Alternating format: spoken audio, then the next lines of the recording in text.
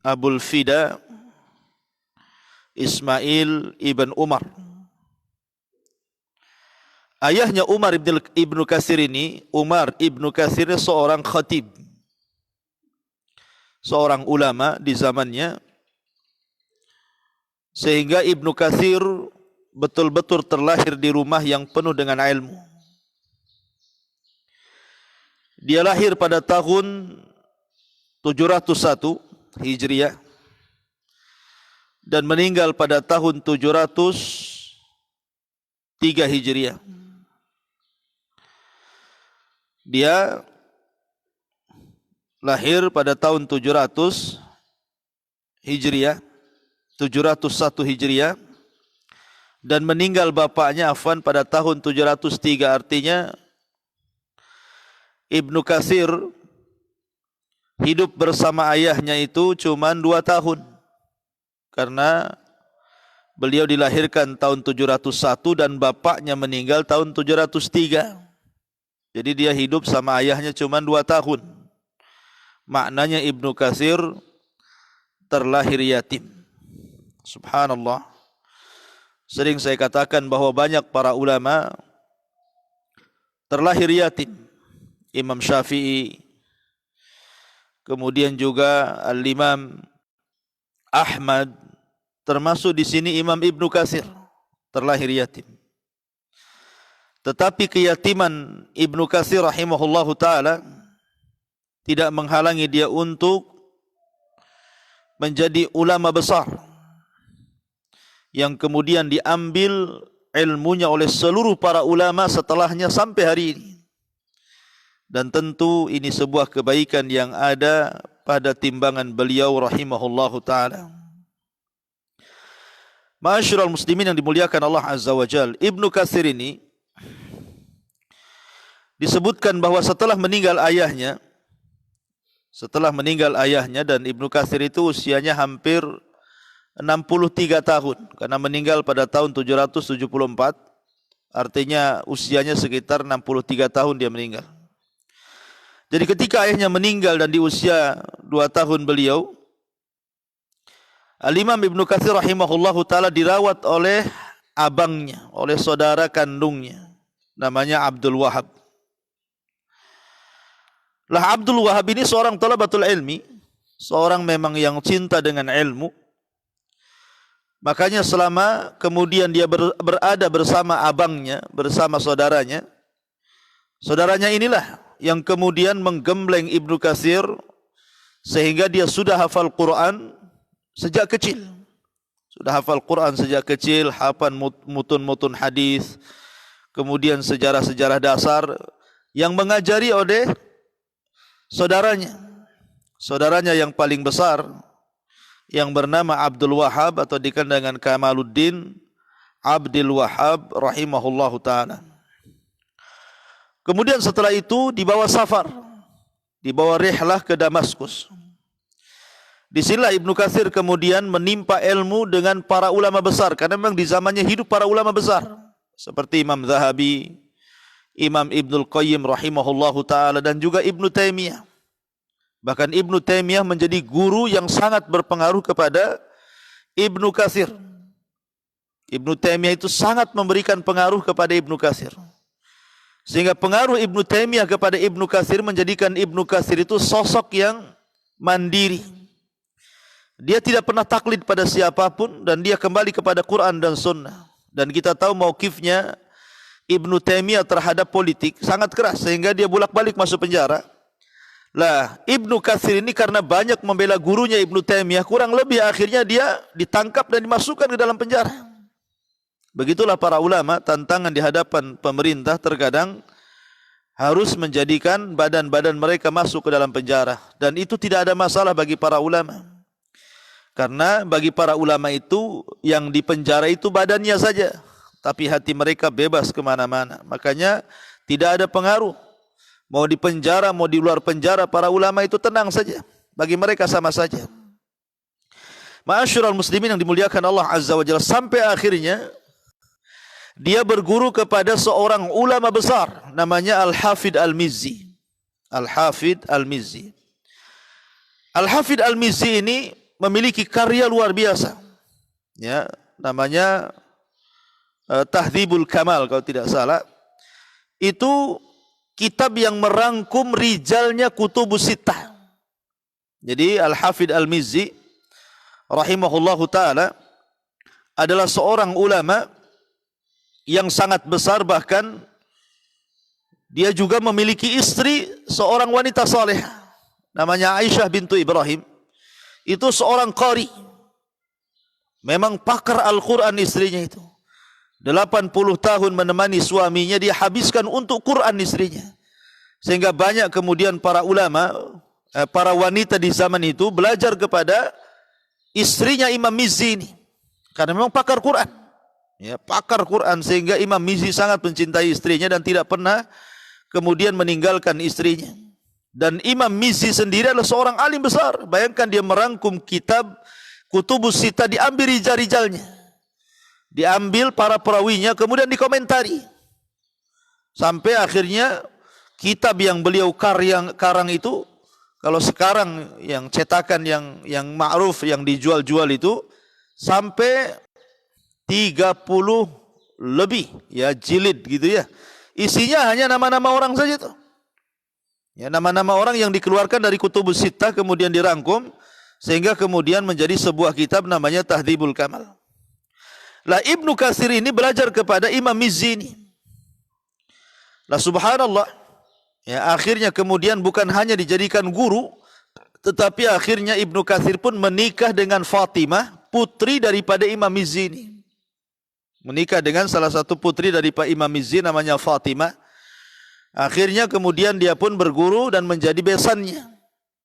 Bayangkan, mertuanya seorang alim ulama besar Al-Hafidh, dan juga ibunya, ibu Fatimah Aisyah bintu Ibrahim itu seorang alimah, wanita yang cerdas, pakar Quran. Sehingga kemudian Ibnu Katsir banyak kemudian mengambil manfaat dari mertuanya. Ma'asyiral muslimin yang dimuliakan Allah Subhanahu wa taala. Bahkan saking cintanya dengan mertuanya Imam Mizzi ini, Ibnu Katsir pun di dalam Bidayah wan Nihayah menceritakan tentang kisah biografi sampai kematiannya yang husnul khotimah. Jadi Imam Mizzi itu sebelum meninggal, ketika detik-detik wafatnya, kata Imam Ibnu Katsir, ketika dia itu mengulang-ulang surah Kursi, mengulang-ulang ayat Kursi di dalam ihtidarnya itu. Jadi sebelum meninggal dia baca ayat Kursi, selesai dibaca lagi, sampai akhirnya Allah Subhanahu wa taala takdirkan Imam Mizzi meninggal dunia diakhiri dengan membaca ayat Kursi dalam surah Al-Baqarah. Dan ini kata Imam Ibnu Katsir tanda daripada husnul khatimah, meninggal ketika membaca Al-Qur'anul Karim. Ma'asyiral muslimin yang dimuliakan Allah Azza wa Jalla, di antara guru-guru beliau, guru-guru dan juga murid-murid Imam Ibnu Katsir rahimahullahu taala, di antaranya tadi sudah sebutkan sama mertuanya sendiri, namanya sama abangnya dulu yang pertama Kamaluddin Abdul Wahab. Kemudian setelah itu kepada Ibnu Taimiyah rahimahullahu taala, dan sangat mempengaruhi terutama dalam akidahnya. Karena Ibnu Katsir itu mengikuti akidah salaf. Makanya kalau antum baca kitab Al-Bidayah wan Nihayah itu bukan hanya sekedar kitab tarikh, tidak. Dalam kitab Bidayah wan Nihayah itu juga di situ kitab akidah, di situ kitab tarikh, di situ kitab hadis ya. Jadi terangkum semuanya, termasuk juga tafsir.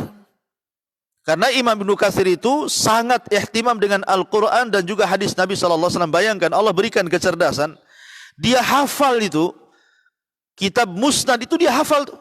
Terutama Musnad Imam Ahmad, hafal di keluar kepalanya. Berapa hadis itu, berapa ribu hadis yang tercantum di dalam kitab Musnad Imam Ahmad itu, tapi Ibnu Katsir hafal. Ya. Makanya kalau antum lihat karya beliau tafsir Ibnu Katsir, ketika beliau mengambil istidlal dari hadis Nabi sallallahu alaihi wasallam, apabila kemudian mencantumkan sebuah riwayat dalam Musnad Imam Ahmad, bukan hanya matannya, tetapi sanadnya disebutkan secara lengkap.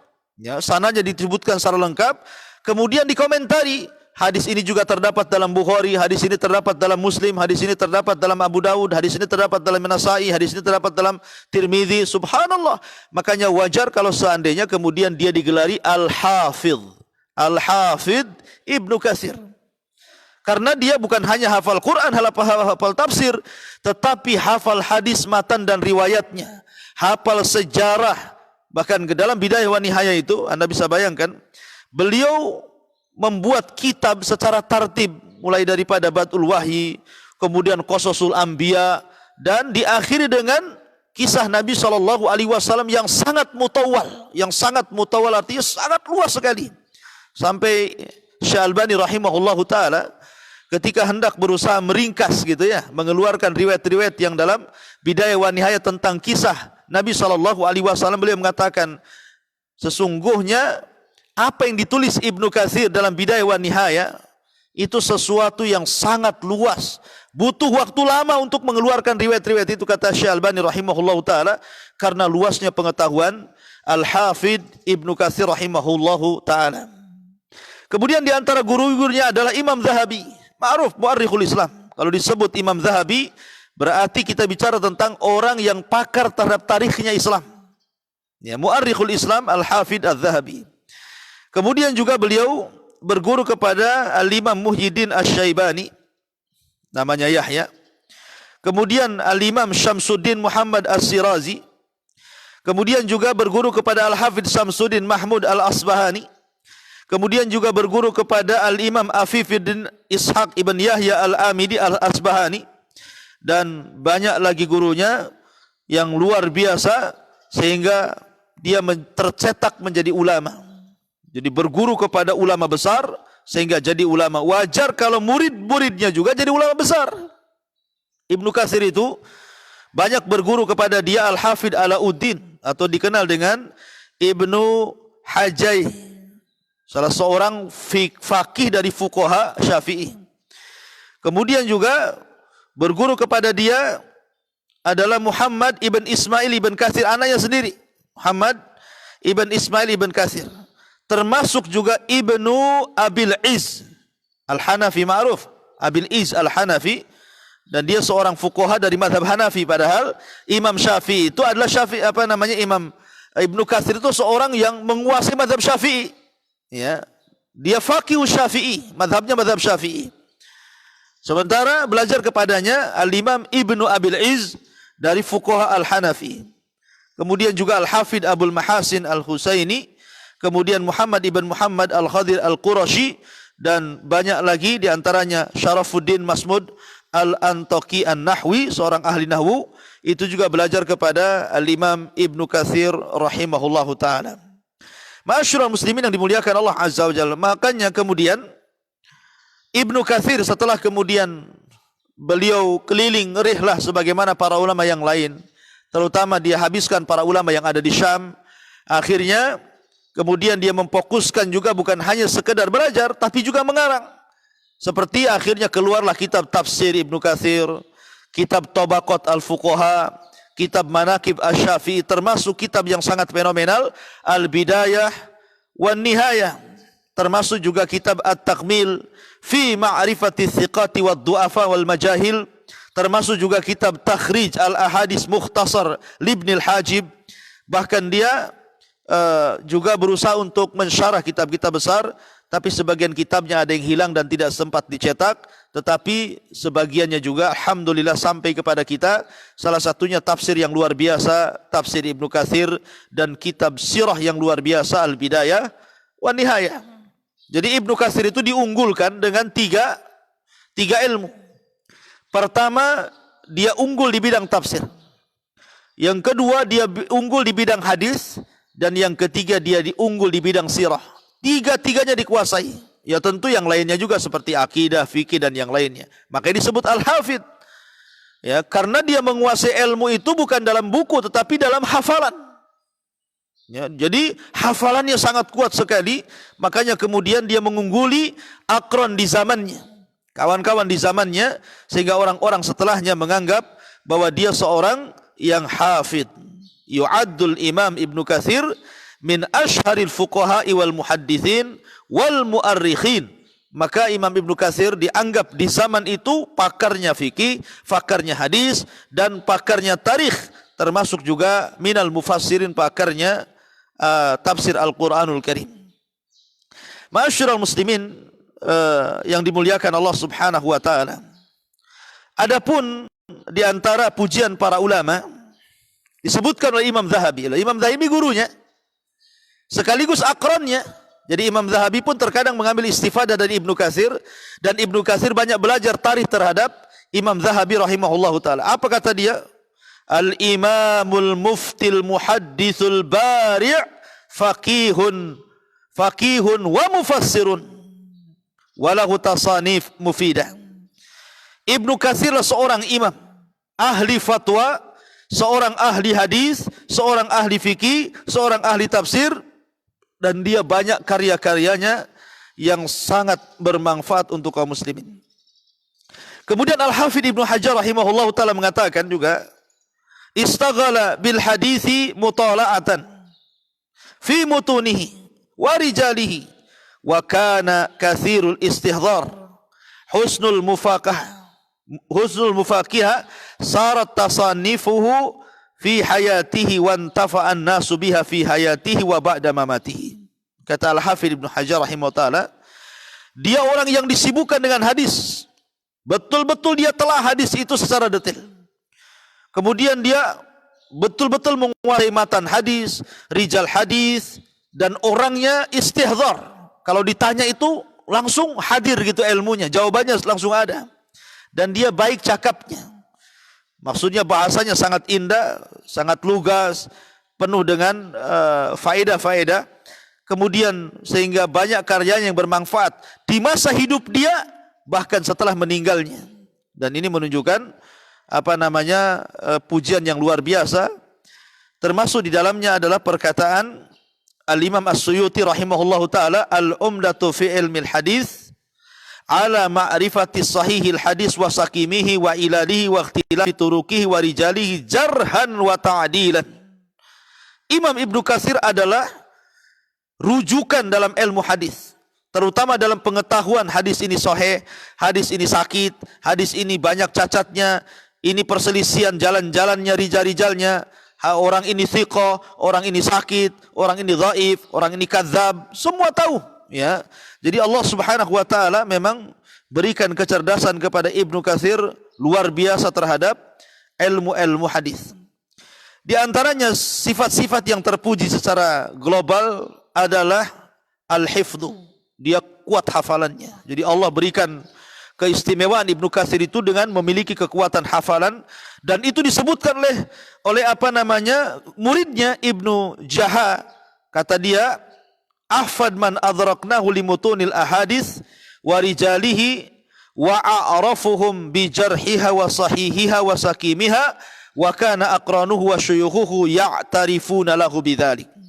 Ahfad man adrakna, orang yang paling hafal yang kami temui, kata Ibnu Juha rahimahullahu taala muridnya, apalagi dia terhadap matan-matan hadis, rijal-rijalnya, dan orang yang paling paham dengan jarh wa ta'dil, si fulan thiqah, si fulan kadzab, si fulan saduq, dan itu diakui kawan-kawannya, diakui oleh guru-gurunya, dan luar biasa. Kemudian yang kedua, al-istihdhar.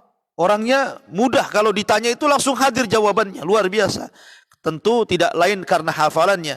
Makanya ada kata-kata wahfad fa inna likulli hafidhin imam, ya. Sehingga disebutkan oleh para ulama, wahfad, hafalah. Hafalkan Quran, hafalkan hadis, hafalkan mutun. Kata para ulama, fahfad fa inna likulli hafidhin imam. Karena orang yang hafal itu pasti akan menjadi imam. Kemudian juga al-fahmu al-jayyid, pemahaman yang luar biasa, yang baik, dan itu taufik dari Allah Subhanahu wa taala. Kemudian juga al-iltizam bil hadithi wa sunnah. Di antara sifat-sifat beliau adalah beliau tamasuk dengan Quran dan Sunnah dan membantah orang-orang yang menyelisihi Al-Quran dan Sunnah Nabi SAW, dan dia memiliki akhlak yang terpuji, orangnya zuhud, orangnya wara, orangnya baik, dan begitu seterusnya. Termasuk juga memiliki sifat al-amru bil ma'ruf wa nahyu anil munkar, karena terpengaruh dengan Ibnu Taimiyah.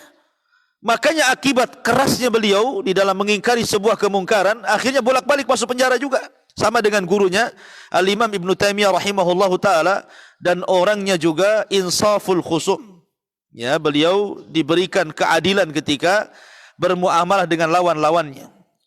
Ma'asyiral muslimin yang dimuliakan Allah Subhanahu wa taala, termasuk dia islahuddin, orangnya memang agamanya luar biasa, rajin puasa, rajin salat sunnah, rajin zikir, baca Quran dan rajin menulis, dan begitulah di antara akhlak Al-Imam Ibnu Katsir rahimahullahu taala. Ma'asyiral muslimin yang dimuliakan Allah Subhanahu wa taala, intinya bahwa karena waktu juga tinggal 1 menit lagi, bahwa Imam Ibnu Katsir rahimahullahu taala diberikan kecerdasan yang luar biasa, karyanya diakui para ulama. Ketika Allah Subhanahu wa taala takdirkan dia meninggal dunia, maka Al-Hafidz Ibnu Katsir rahimahullahu taala kemudian wafat pada 26 Sya'ban tahun 774 Hijriah di Damaskus, di usia ada yang mengatakan 63 tahun, ada yang mengatakan 73 tahun, dan Allah takdirkan di masa tuanya dia buta karena banyaknya membaca, banyaknya menulis, sementara kondisi lampu beda dengan zaman sekarang. Akhirnya Ibnu Katsir mengalami kebutaan. Ya, di akhir hayatnya mengalami kebutaan, dan dia sempat mengarang kitab Jami'ul Masanid, ya. Kemudian Musnad Abu Hurairah, tapi juga hilang kitabnya entah kemana. Tapi yang jelas bahwa Ibnu Katsir rahimahullah taala akhirnya meninggal dunia, dan diwafatkan di samping kuburan Syekhul Islam Ibnu Taimiyah rahimahullah taala, gurunya. Jadi dikuburkan di tempat Al-Imam Ibnu Taimiyah rahimahullah taala juga meninggal dunia di situ. Itu di antara sekilas pandang tentang siapa Ibnu Katsir rahimahullahu taala. Subhanakallah bihamdika asyhadu an la ilaha illa anta astaghfiruka wa atubu ilaik. Allahu taala alam. Assalamualaikum warahmatullahi wabarakatuh.